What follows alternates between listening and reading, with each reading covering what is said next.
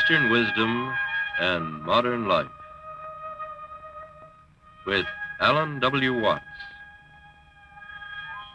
Produced by KQED San Francisco for the Educational Television and Radio Center.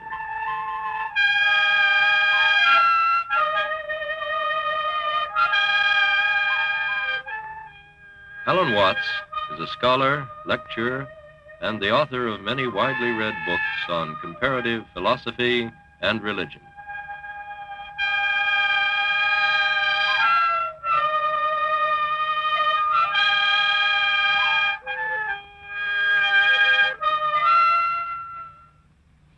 This is not the figure of a strange pagan god. It is the figure of a man, an awakened man, a Buddha. And I expect you may have wondered why almost all figures of Buddha or of many other Eastern sages that you see are seated like this. This figure of Buddha is in the posture of meditation, and the way in which he is seated and the whole cast of his features and of his expression symbolize a certain attitude to life, a certain way of looking things, which in Indian and Chinese philosophy is considered essential to sanity. Perhaps I can give you some idea of the meaning of this attitude by demonstrating it with a Chinese character, a word which represents this whole attitude to life. Most of you probably know that Chinese characters are originally picture writing. And in this particular character, this half of the character is said originally to have represented some water bird, perhaps a stork or a heron. And this other part of the character is, first of all, a sign meaning the human eye. And then you put legs on it, the activity of the eye, and that means seeing. And the whole character is pronounced Guan. And it means a certain kind of observation, a certain way of looking at things which might be typified by the image of a heron standing at the edge of the water, as in this painting, which is by the great Japanese artist Kano Motonobu. There is the heron standing quietly and serenely, watching the water. And so, the whole meaning of this attitude to life is what is summed up in the entire Eastern idea of meditation typified in these Buddha figures. And I want to try today to explain to you something of the meaning of this attitude to life.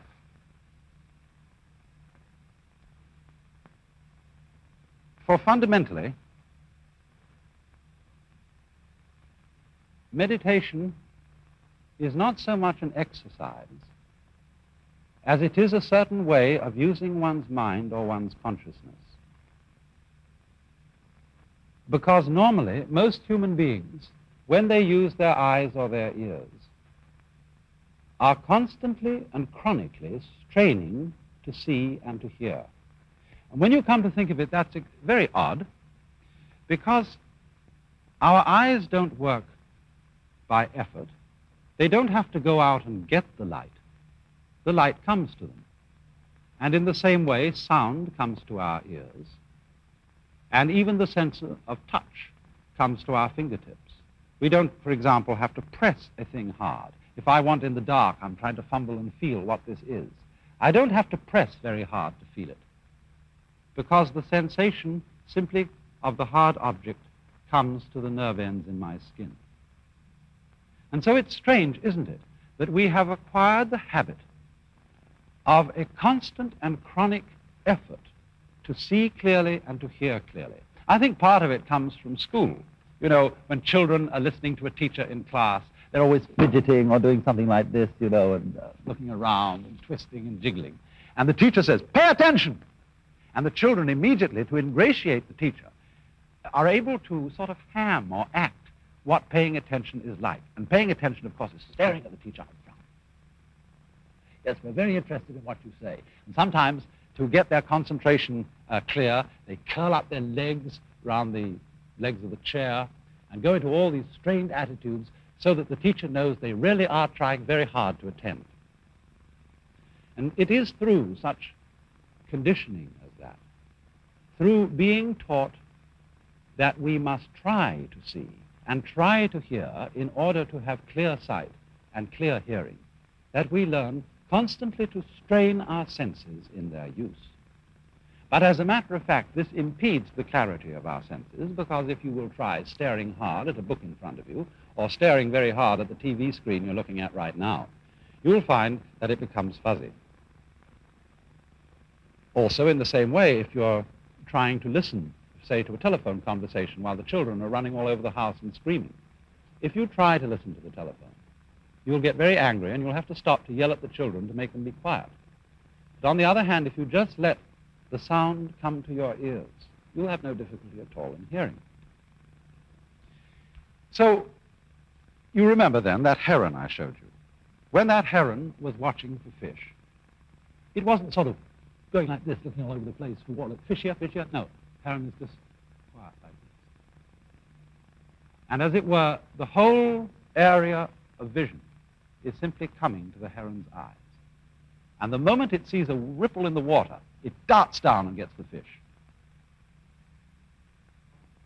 Now, I don't think it's only that we have been taught by teachers and parents and so on to try to see and try to hear clearly. There are other factors in the problem. And one of them is that while we are seeing and hearing, we are trying to make sense of our world by thinking about it. And the act of thinking also introduces an element of strain into the use of our minds. And I think the reason for this is, perhaps you will remember how I showed you on a previous program, that thought is linear. You know, it goes one word after another. It's strung out in a line.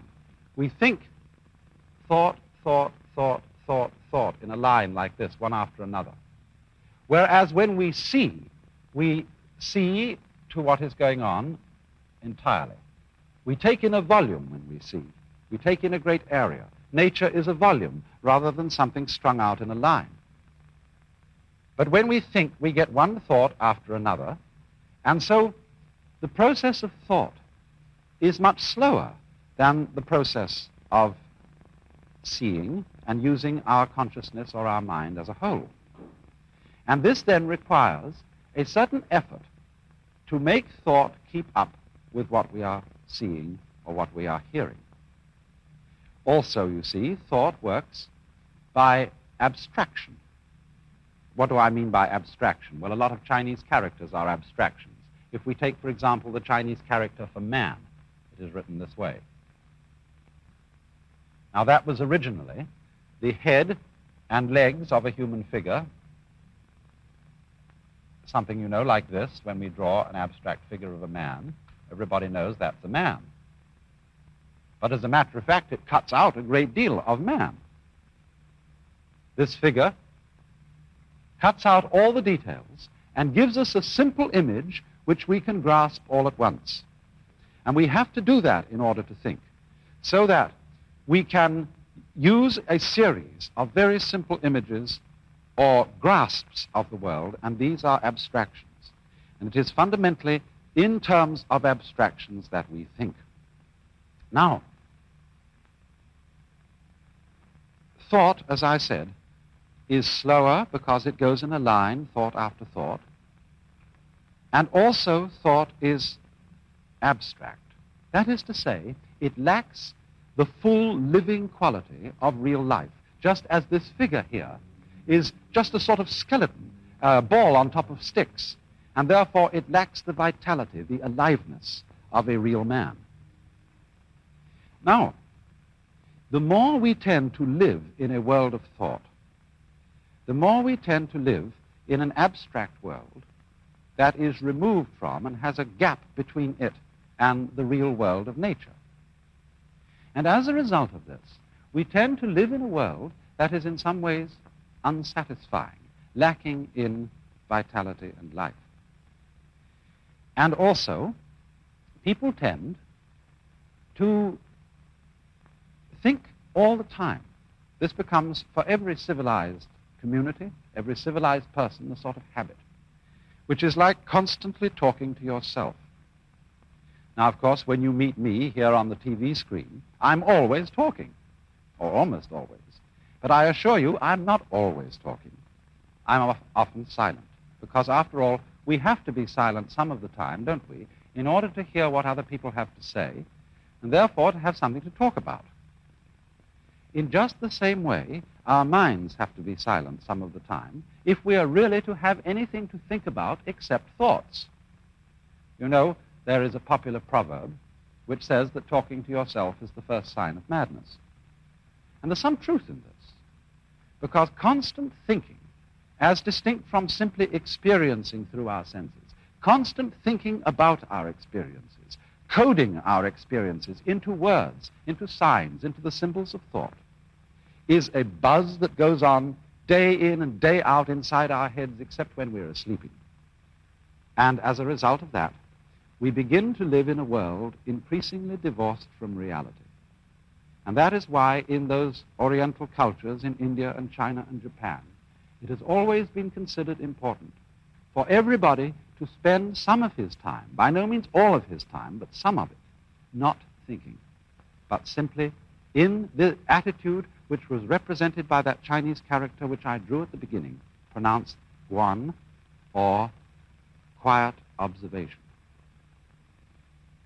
Remember this point, it's important.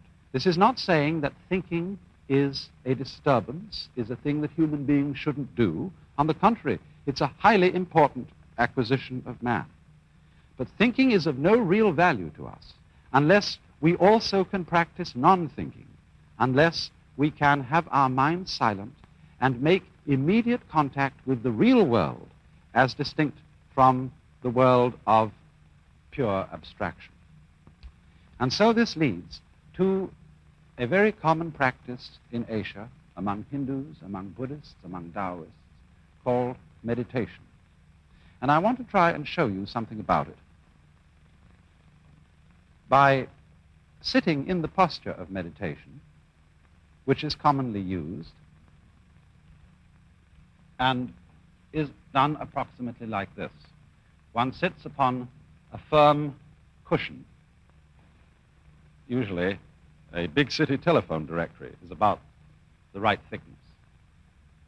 And ordinarily, among Oriental peoples, they sit in what is called lotus posture, or half lotus posture, as I'm sitting now, which means that the right foot is lifted up onto the left thigh. You will find, of course, that that's an extraordinarily uncomfortable position if you're not used to it. But one of the reasons for sitting that way is that it locks your legs together so that you don't easily fall over if you should go to sleep, and also that this position gives you a sense of being very, very firmly rooted to the ground. And then the hands are laid like this. And one then turns attention to letting oneself breathe. You don't do a breathing exercises, taking deep inhalations and exhalations. You simply let your breath come as it wants to, but you, if anything, let the out-breath, you know, the breath that goes with a sigh of relief, you let that be the emphasized breath rather than the in-breath. You don't close your eyes. You usually drop them a little on the floor in front of you, because the object is not to cut out all the things that you might be experiencing through your eyes and through your ears, through your nose and your nerve ends on the skin. The object is simply to let one's mind alone, to experience, but not to try to catch hold of one's experience in thoughts. Simply to think. No, I wouldn't say think. That's a word we use very ambiguously. When I use the word think, I mean talk to yourself, or bring a lot of images before your mind which have nothing to do with what's right in front of you. So the function of this exercise, this posture, is to let the whole world come to you without interfering with it in any way, just sitting like that. You may say, oh, that's a great waste of time. There are all sorts of interesting things in life to do. Why just spend some hours sitting? And the reason, though, as I tried to explain, is that it is through this that one comes to have a contact no longer with a world of abstractions, no longer with a world of thought, but with the world that actually is. Now, as you do this, you begin to notice a rather curious change in your general feeling of life. You notice that there ceases to be what I would call an interruption or an interval between your experience and yourself. You see, in our ordinary way of using our minds, the chronic sense of strain, the chronic attempt to think about and make sense of what we are feeling, is what we call our ego. If you say, I experience my own existence, I am aware constantly of a knower behind and receiving all that is known, then you get this chronic sensation of there being an I, a self, who has all these experiences. And that I or self is what we call the ego. And this chronic sense of strain is our, you might call it our psychological blocking against our experience. The thing that seems to divide us from an external world, from the whole universe. But when, in this way, the interval begins to diminish, we begin to experience our world as ourselves. There is no interval, there is no interruption between the knower and the known. Just as when we are completely absorbed listening to music or dancing to music, we are not aware of our separation from it. We go right with it. And so, in the same way, when the mind responds instantly to what the senses bring, it seems almost as if the mind and what it experiences were one and the same. Now, in a way, of course, this is actually true. We can understand this theoretically, but we don't ordinarily really feel it. For example, you know the old saying, if a tree falls in a forest with nobody listening to it, will there be any noise? Perhaps you know the limericks in which this problem is posed. There was a young man who said, God, I find it exceedingly odd that a tree, as a tree, simply ceases to be when there's no one around in the quad. And the answer was, young man, your astonishment's odd. I'm always around in the quad, so the tree, as a tree, never ceases to be since observed by yours faithfully, God. But this is a great philosophical puzzle for the Western world. Does what we know depend on there being a knower? Now, in a way, obviously, it does. Because when a tree falls in the forest, it certainly makes vibrations in the air. But those vibrations in the air do not become noise unless they vibrate an eardrum. So, in the same way, the light from the sun does not become light unless it falls on an eye. an eyeball. And two, we could say the external world is full of hard things. But nothing is hard except in relation to the soft surface of the human skin. Nothing is heavy except in relation to human muscles. So if there is not a human organism, the world does not appear to us at all as having any of the characteristics which we attach to an external world. In other words, we could say, the sun is light, but only because of eyes. Rocks are hard, but only because of soft fingers. Falling rocks are noisy, but only because of sensitive human ears. We cannot form any idea at all of what the world would be like without an observing mind. Even such things as duration, the span of time, depend upon the human mind to appreciate them. Space depends on a human mind to observe the world from a particular position and so know that there are things which are distant from it. Without this mind, there could not be any world that we could think about or conceive or imagine in any way whatsoever. And so this shows in a very clear way that our mind and the external world go together. They are inseparable differences. You remember in a recent program how I tried to illustrate the idea of inseparable differences by taking a coin or an object here like a cigar, which has two distinct ends, but you cannot separate those ends. This is very important. It's worth repeating because it's quite fundamental. If I would want to take one of these ends off and break the thing and throw it away, it would still have another end. There would still be two ends there. I could never get rid of the situation of it having two ends. So you see that although the two ends are different, there is just one object. And so in the same way, although there is a difference in a way between the knower and the known, between man and the world, nevertheless, these two go together, and they are fundamentally inseparable. And therefore, when our consciousness is responding instantly, without any interval or interruption, without any, shall we say, stopping to think about it, then we have a situation in which we are actually realizing, we are actually feeling the true physical relationship which exists between man and his environment.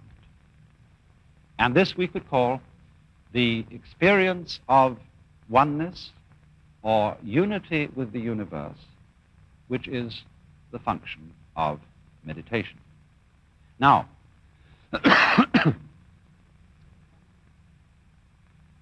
I think it's not difficult to see some very obvious values in this. Because, well, if we live entirely in a world of thought, all the things that we pursue in life tend in a way to become arid and unsatisfactory because we are living in an abstract world. In other words, nobody in his senses is going to eat a menu instead of dinner. Nobody in his senses is going to try and get a satisfactory diet of dollar bills. And yet, you see, dollar bills and menus stand in the same relation, on the one hand to wealth, on the other hand to dinner, the same relation in which thought stands to reality. They represent it. They symbolize reality, but they are in no sense substitutions for it. Yes, you can do a great deal of things if you have a lot of dollar bills, but unless you exchange those dollar bills into real concrete worth, they are of no value to you. And so in the same way, if we try to live in the world of pure thought, we begin to feel a strange, unsatisfactory quality to the world. And this living in pure thought is not something that is only done by, professors and intellectuals and thinking people. Perfectly ordinary people often live in the world of pure thought. As, for example, when we pursue certain goals in life, when we say, I want to be successful, I want to be happy, these are really abstractions. Because supposing you become enormously wealthy and you're able to afford 3 cars and 6 houses, you can't drive in 3 cars at once. You can't live in 6 houses at once. You have a symbol, which we call prestige, of your status. But that is an abstract symbol. You can't eat prestige. You can't eat success. And so, to overcome that kind of beguilement by the fantasies of thought, not thinking is an important adjunct to thought. To be able, every so often, to cease the hubbub going on inside one's head and to let talking to oneself stop and come to stillness. You needn't, of course, sit in the meditation posture like this to do it. This is simply the way it's done by Buddhists and Hindus. You can walk, you can sit in the ordinary way, you can lie in the bathtub and do it. You can lie on your back in bed before you get up in the morning and do it. Just let your mind alone and stop trying to make sense of the world so that there is really something to think about other than thought itself. It's like if we wrote books about nothing but books. This is, I'm afraid, what a great deal of scholarship is. Books about books about books. And so in this way, through meditation, we come to that kind of profound peace which is exhibited in the faces of the Buddhas. I remember particularly some words by Lafcadio Hearn, in which he gives a marvelous description of the whole attitude which these faces represent. Each eidolon shaped by human faith remains the shell of a truth eternally divine, and even the shell itself may hold a ghostly power. The soft serenity, the passionless tenderness of these Buddha faces might yet give peace of soul to a West weary of creeds transformed into conventions, eager for the coming of another teacher to proclaim, I have the same feeling for the high as for the low, for the moral as for the immoral, for the depraved as for the virtuous, for those holding sectarian views and false opinions, as for those whose beliefs are good and true.